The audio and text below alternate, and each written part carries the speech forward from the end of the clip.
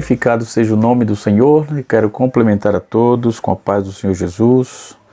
Você está no canal Rascunho DBD, eu sou o pastor Edivaldo Pereira e nesta oportunidade estaremos comentando a aula de número 6, da classe dos adultos, que tem como título geral A Supremacia das Escrituras, a inspirada, inerrante e infalível Palavra de Deus. Nesta oportunidade nós vamos saber por que a Bíblia é um guia prático para beneficiar a humanidade. Quando vamos trabalhar essa questão? Que tipo de livro é a Bíblia? E quem se interessa o que ela tem demonstrado? São perguntas que são pertinentes e elas estão dentro da nossa sociedade. As pessoas perguntam, os ateus citam a Bíblia, os poetas cantam, mas e servir a Deus e deixar a Bíblia ser o guia? Como é que fica isso? Essas e outras questões vamos ver agora. A Bíblia é um alicerce? A Bíblia nos torna pessoas sábias? A Bíblia e a prudência para a vida é o terceiro tópico. Primeiro tópico, a Bíblia é um alicerce para a vida. Segundo tópico, a Bíblia nos torna pessoas sábias. E o terceiro tópico da nossa lição é a Bíblia e a prudência para a vida. Na verdade, todo esse material ele está baseado no termo sabedoria, geralmente. Palavras, guia, principalmente o segundo tópico em diante, certo? Nós vamos trabalhar esta proposta agora aqui no canal Rascunho DBD. Portanto, não perca, não saia daí e já estamos aqui para dar continuidade à nossa aula. Glória a Deus. A leitura bíblica proposta aqui, leitura bíblica em classe, está em Salmo 119, o versos 97 a 105, que o salmista disse assim: ó quão amo a tua lei, é a minha meditação todo dia. Tu pelos teus mandamentos me fazes mais sábio que os meus inimigos, pois estão sempre comigo. Tenho mais entendimento do que todos os meus mestres, porque medito nos teus testemunhos. Versículo 100. Eu sou mais prudente do que os velhos, porque guardo os teus preceitos. Desviei os meus pés de todo o caminho mau, para observar a tua palavra. Não me apartei dos teus juízos, porque tu me ensinaste. Ó, quão doces são tuas palavras, o meu paladar, mais doce que o mel é minha boca. Pelos teus mandamentos alcancei entendimento, pelo que aborreço todo falso caminho. Lâmpada para os meus pés é a tua palavra, e luz para o meu caminho. Assim disse o salmista. Está escrito. Nós vamos trabalhar agora essa proposta bíblica, que é de entendermos que a Bíblia é um guia prático para nós, para a nossa caminhada. De que forma nós vamos entender isso, visto que a Bíblia é um guia prático.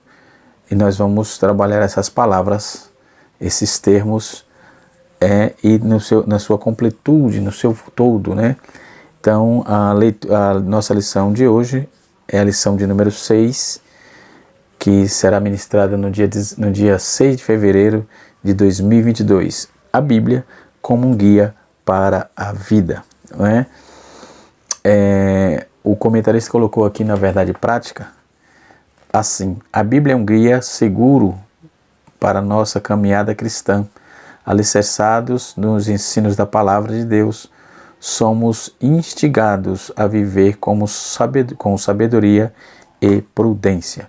Então, guia, sabedoria, prudência, nós vamos caminhar por esse caminho aí, por essas palavras, ok? Então, quando a palavra obediência torna-se um verdadeiro guia para o viver do cristão, Cristo nos adverte ao examinar as Escrituras, porque nelas estão reveladas as palavras de vida eterna. João capítulo 5, verso 39. Tiago, ele assevera que a palavra de Deus transforma a nossa natureza e nos conduz pela vereda da salvação.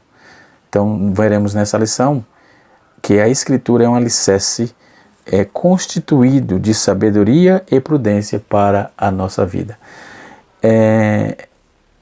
Eu, quando vou tratar desse assunto, eu já me encaminho logo para a questão da ética, primeiro manual de ética proposto por Deus, que é o Decálogo, né? Lá em Êxodo capítulo 20, depois vem a repetição em Deuteronômio capítulo 5, não é? Então ali Deus começou a estabelecer para o ser humano, para os homens, todo o norte que o homem precisava ou precisa ter para a caminhada da vida, não é? Todo o norte. E doravante nós vamos encontrar nesses dias odiernos pessoas tentando deturpar isso, tentando trazer o antropocentrismo para dentro do seu convívio e desprezando todo o conteúdo bíblico teológico, todo o conteúdo sagrado, né, para viver uma vida conforme os ditames que lhe oferece, que a carne oferece, que a religiosidade oferece, que o sistema religioso político oferece. Enfim, tem uma série de fatores quando vamos tratar desse assunto. Não é só pregar a Bíblia superficialmente. Isso não resolve, não é? Isso não muda, isso não transforma. Se a Bíblia falar, se nós deixarmos a Bíblia falar, a nossa vida sempre será mudada. Se deixarmos, se lermos e crermos e obedecermos a sua palavra, com certeza a sua vida, a minha e a nossa vida será mudada, ok? Vamos lá. Muitos concordam que a Bíblia é um livro extraordinário. Não é um livro extraordinário, mas a Enciclopédia Britânica, ela diz assim, que é provável que a coleção de livros de maior influência do mundo na história humana é a Bíblia. Isto certamente não é um exagero. Isso é a biblioteca, a enciclopédia, a nova enciclopédia britânica que diz, não é?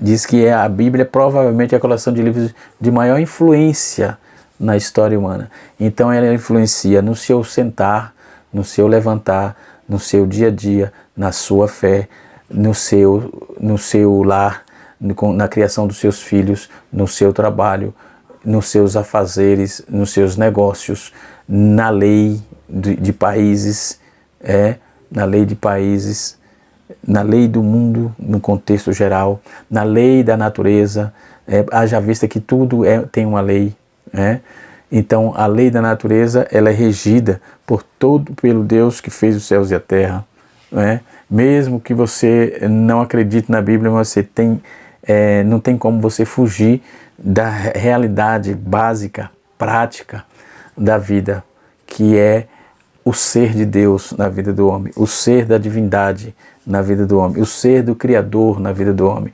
Então já começa a se enveredar por aí, pois a Bíblia traz um alicerce para isso, Então a palavra de Deus é um alicerce.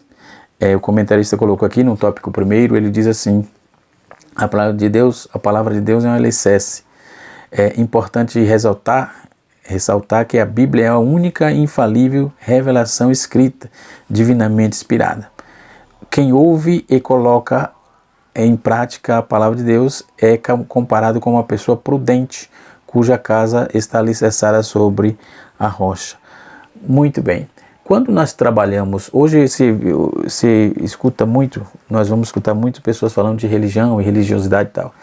Religiosidade são coisas que o homem aprende ou acha que é dentro da sua religião, e ele começa a criar normas dentro desses conceitos e coloca. Mas a Bíblia, dentro da doutrina sacrossanta, ela é eterna, não há como mudar.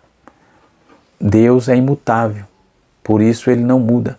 Deus, ele perdoa, mas o juízo ele é pertinente e acompanha sempre o amor. Então, se você peca, um dia pecar, você pede perdão, quem confessa e deixa, alcança misericórdia. Aí é um dos guias para a nossa vida.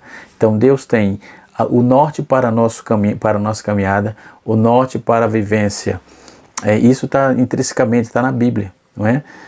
Então, dentro desse contexto todo, nós vamos encontrar Deus trabalhando por meio da sua palavra, quando vamos ver que a Bíblia, como um guia que aponta-nos, ela diz: não matarás, certo? Então já começa a dizer assim: não furtarás, não dirá falso testemunho, certo? Não mentais uns aos outros. Isso os crentes caem em problema o tempo todo. Não vamos aqui tapar o sol com a peneira, as conversas de pé de ouvido, né?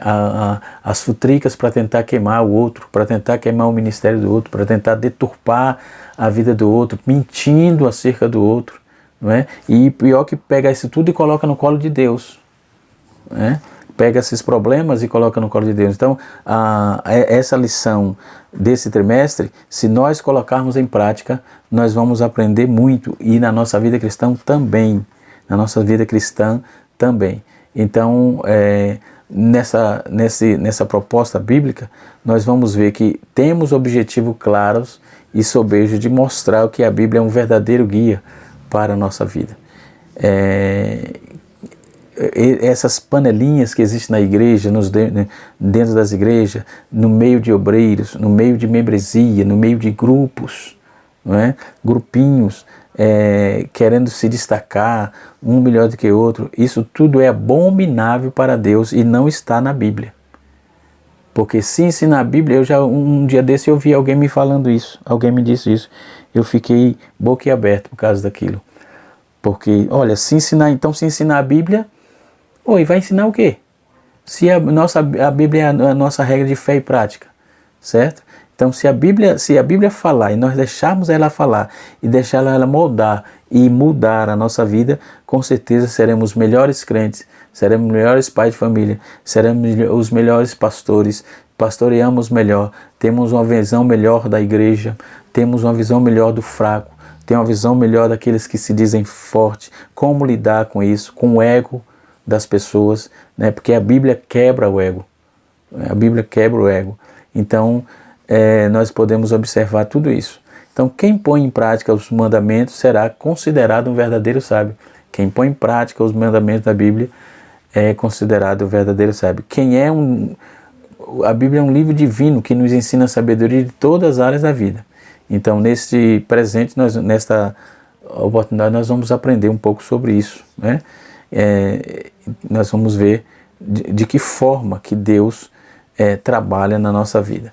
Então, como obedecemos, quando nos tornamos filhos de Deus, Cristo nos adverte para examinarmos as Escrituras e cuidar e ter nelas vida eterna, né? Porque João capítulo 5, verso 39, diz o texto, Tiago, ele diz também, escreveu, e diz a palavra que Deus transforma a nossa natureza e conduz pela vereda da salvação. Tiago, capítulo 1, versículo 5. Então nós vamos ver que a Escritura é um alicerce constituído de sabedoria e prudência para a vida. Então, sabedoria, nós vamos trazer aqui a etimologia da palavra daqui a pouco, isso está no segundo tópico da nossa lição, e a prudência. Elas são dois fatores determinantes para a nossa caminhada, ok? Hoje, nos dias atuais, todo mundo quer se dar bem, em nome de uma fé totalmente cega, em nome de uma fé religiosa que não traz resultado, porque tudo no Evangelho de Cristo é compartilhado. O Deus que eu sirvo é o mesmo Deus que você serve. Então, se eu não compartilho as verdades de Deus, ou se eu não compartilho os beneplácitos de Deus, de que forma, o que é evangelho que eu estou vivendo e o que é que eu estou praticando, o que é que o nome do Senhor, de que forma que o nome do Senhor está sendo glorificado na minha vida. Essas perguntas ficam pertinentes, são pertinentes e precisam ser respondidas com a nossa vivência, com a nossa caminhada de fé. A Bíblia diz, o salmista diz que a palavra de Deus é luz, né? A palavra de Deus é imutável, então por isso ela é o nosso guia. No segundo tópico da nossa lição, a Bíblia nos mostra que as pessoas sábias, que elas nos tornam pessoas sábias.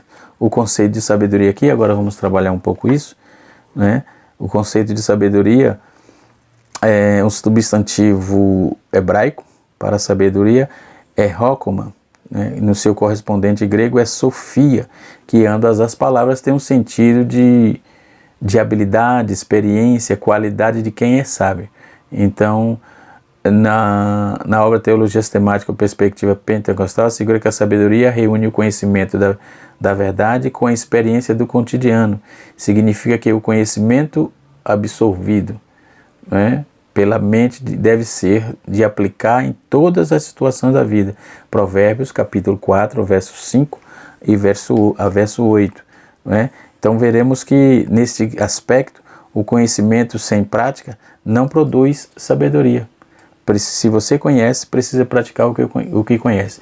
Tem três máximas interessantes dentro da filosofia de viver, principalmente dentro desse fator educacional. Primeiro, você precisa ensinar o que sabe, viver o que sabe e perguntar o que ignora. O lado negativo disso é não ensinar o que sabe, não viver o que sabe e não perguntar o que ignora. Então o cristão deve ensinar o que sabe, viver o que ensina e perguntar o que ignora, ou seja, perguntar o que não sabe. Precisamos trabalhar em cima desse viés para que a sabedoria de Deus ache guarida em nós, ache guarida em nosso coração e possamos viver dentro do norte, viver no norte sendo norteado por essa sabedoria, que é a sabedoria divina. É a sabedoria de Deus.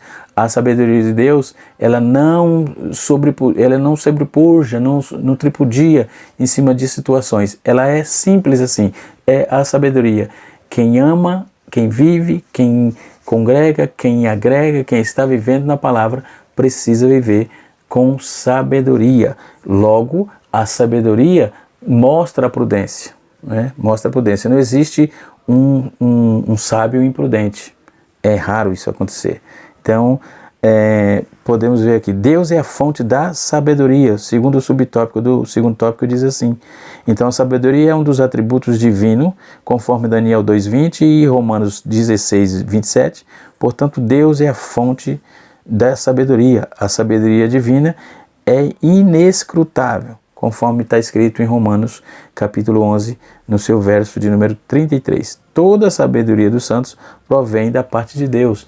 Então, quem é sábio em Cristo, quem aceitou a Cristo, vive uma vida de sabedoria.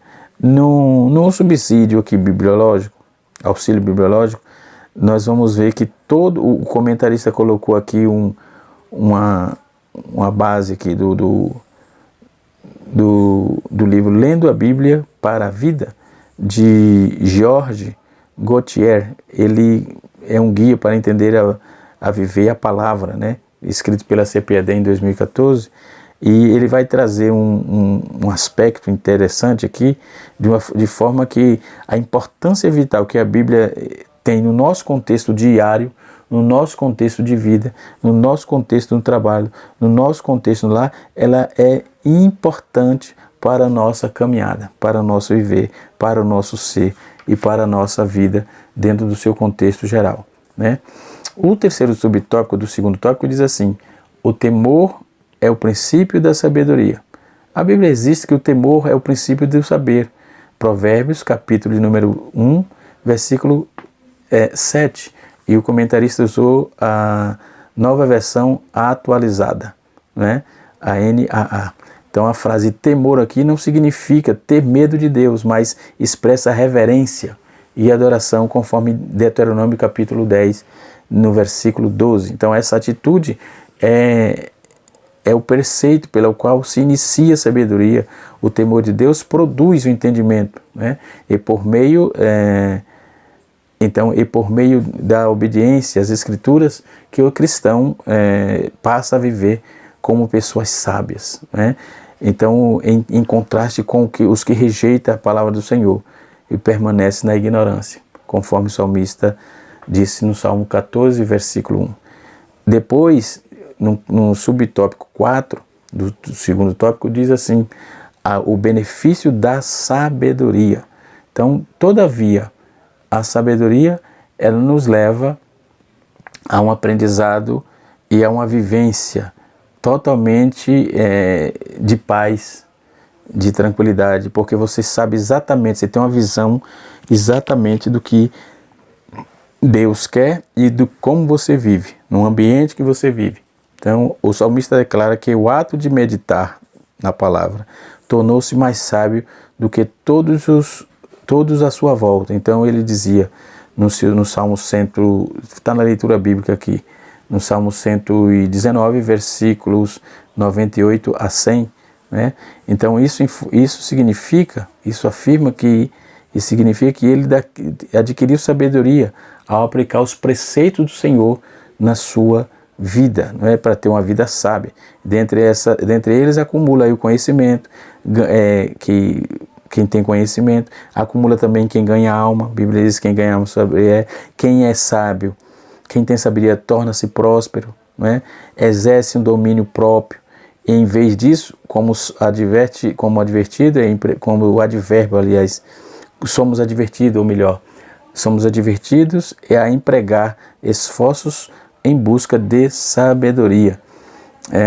O C.S. Lewis, quando ele vai trazer o caráter do professor aqui, o C.S. Lewis admite que muitas pessoas reconhecem que certos líderes de caráter, certas qualidades de caráter, prudência, temperança, justiça, fortaleza, ou seja, as virtudes cardeais, são virtudes que valem para perseguir.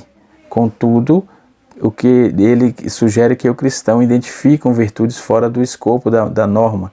Entre as virtudes teológicas estão a fé, a caridade, a esperança, né? Que é centrada em Deus, tudo isso centrado em Deus. Então, dentro desse guia básico, esse guia que é a Bíblia, nós temos com certeza objetivos sobejos para estarmos vivendo bem e melhor em Cristo. Tiago, no capítulo 1, versículo 18, ele enfatiza 3 verdades vitais aqui. Em primeiro lugar, o verdadeiro crente nasce da palavra de Deus. Em segundo lugar, a palavra de Deus é divina, é a divina semente. E quando ela é aplicada no coração do homem, por meio do Espírito Santo, acontece o milagre do novo nascimento. Assim, ele vai trabalhar que assim, acima de Deus, do Espírito, recebemos, portanto, uma nova criatura. Assim, recebemos de cima, recebemos de Deus uma nova vida. E, em segundo lugar, o verdadeiro crente acolhe a palavra de Deus, né? Então, há uma preparação para receber a palavra de Deus, pelo que despojamos toda a sorte de imundície e todo vestígio do mal. Então, a palavra de Deus é comparada a uma semente no coração do homem. É um solo que, antes de lançarmos a semente, precisamos preparar a terra. Então, Jesus falou sobre 4 tipos de solo: o solo endurecido, o superficial, e o congestionado, e o solo frutífero, né, em Mateus, no capítulo de número 13, versículo de 1 a 23. Né? Antes de acolhermos a palavra, precisamos remover as ervas daninhas, da impureza, da maldade. Né? Também é requerida aí uma atitude que acarreta para receber a palavra de Deus. Né? Então podemos observar que Tiago, ele traz aí, em terceiro lugar, ele fala que o verdadeiro crente, né, pratica a palavra. Não basta ouvir ou ler, é preciso praticá-la. Foi isso que Tiago nos ensinou. Não basta apenas ter conhecimento da verdade, é necessário também praticar a verdade. Muitos crentes marcam a sua Bíblia, mas a Bíblia não os marca. Então o importante não é só marcar a Bíblia, é deixar a Bíblia marcar você, mudar você, transformar você por meio da sua leitura e aplicação. O salmista disse: escondi a tua palavra no meu coração, para não pecar contra ti. Os benefícios está em praticar a palavra. Primeiro, quem pratica a palavra conhece a si mesmo, né? A palavra aqui é comparada não com a semente, mas como o espelho, nesse caso. O principal propósito do espelho é o autoexame. Então a Bíblia nos leva a nos autoexaminar, para entendermos que estamos precisando melhorar, que estamos precisando praticar a palavra, que precisamos deixar as nossas vaidades, o nosso ego, para servir ao Senhor. Daí a Bíblia sempre será um guia para a sua, para a minha e para as nossas vidas, ok? E assim sucessivamente. Eu estava ouvindo uma entrevista de um político dizendo que é cristão, mas o entrevistador perguntava: mas qual é você faz o quê? O que é que você faz? Onde você congrega e tal, aquele negócio todo. E ele tergiversou o tempo todo, dizendo que pregava o evangelho para mendigo, para isso e aquilo. Mas onde é que vai pôr esse povo que ganha? Não tem identidade onde congrega? Qual é a sua... Em outras palavras, o entrevistador perguntava para aquele homem: qual é a sua identidade? E ele titubeou e não disse nada. Não disse absolutamente nada. Ficou fazendo politicagem o tempo todo. Ei, despertamo-nos, porque Jesus está voltando. A igreja precisa viver as verdades de Deus, com sabedoria e prudência, para não se enrolar com as supostas verdades do homem, que seria as mentiras. Precisamos ter cuidado com isso. Tem gente pregando um evangelho em casa. Tem gente pregando um evangelho sem igreja. É um perigo, que alguns chamam de desegrejado. Essa palavra não bate muito, seria melhor destemplado, porque igreja está em nós, a igreja é eu e você, mas o templo é importante. Um dia Deus falou no capítulo 25, no seu versículo 1 a seguir, todo o capítulo 25 do Êxodo, para construir uma casa para adoração. Eu estou falando do tabernáculo. E naquela casa Deus fez todo, ele é o arquiteto, ele planejou tudo e só disse a Moisés o que queria. É como que tem um arquiteto e o mestre de obra. O arquiteto diz cor, diz tamanho, diz espaço, tal, faz tudo, dimensiona tudo e diz: eu quero assim. E assim sucedeu. Então precisamos viver a nossa vida com sabedoria, entendendo que Deus é o arquiteto de tudo, que entende tudo, que sabe tudo, que planejou tudo e está tudo rabiscado com Ele. Precisamos, para vivermos uma vida de sabedoria, precisamos viver dentro do que Deus propõe. A Bíblia diz, Tiago diz, que chama a lei de Deus é perfeita. E chama também a lei da liberdade.